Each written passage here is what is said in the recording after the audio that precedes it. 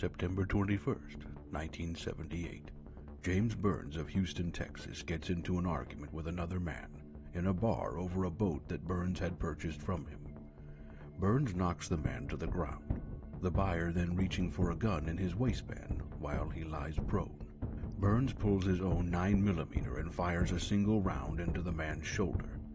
The shooting victim survives long enough to be taken to a hospital, but dies from the bullet's location near his heart. Burns would not be charged in the death because of eyewitness accounts stating that the other man had reached for his own gun first. The only blight to Burns would be a $300 fine for carrying a weapon on a liquor license premises. 1 year later, involving the same gun, Burns gets into an argument with his then-wife over the custody of their newborn child. Burns' wife runs into their bedroom and retrieves the gun and shoots her husband in the middle of his back. Burns is rushed to a hospital and after surgery is rendered disabled from the chest down. Now without the use of his arms and legs, Burns would go through several years of life reorientation and adjustment. 8 years later, in 1987, Burns would meet 37-year-old Bertha May, the two beginning a whirlwind romance. They would marry in late August of the same year. Only 2 weeks into their new marriage, Burns would find himself involved in a bar shooting once again. On September 8th, he and his wife were discussing his suspicions of her infidelity. Witnesses reported the two speaking peaceably about the situation when, without reason, Mrs. Burns stood and removed a shoebox which was over her husband's lap.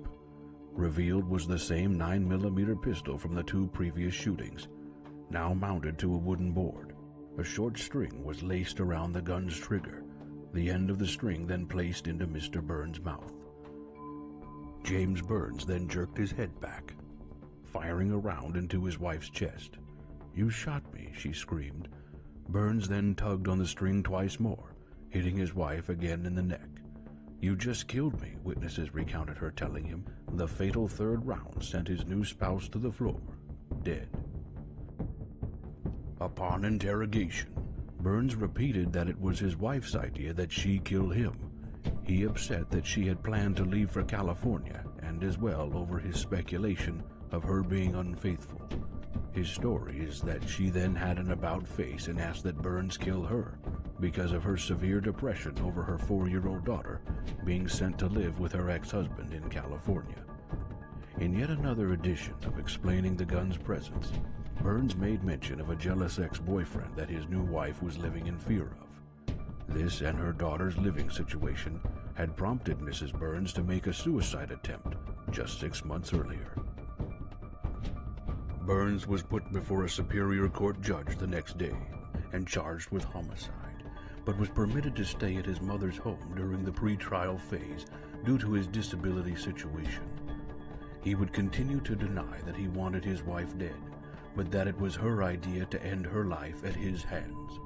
That's not good enough, is what Burns claims his wife told him after the first round failed to kill her. But none of the eyewitnesses at the bar claimed to recall this. In the end, the man would not stand trial. A sad finality to the entire incident would be 2 months later, when because of a heart blockage and hardening of the arteries, James Burns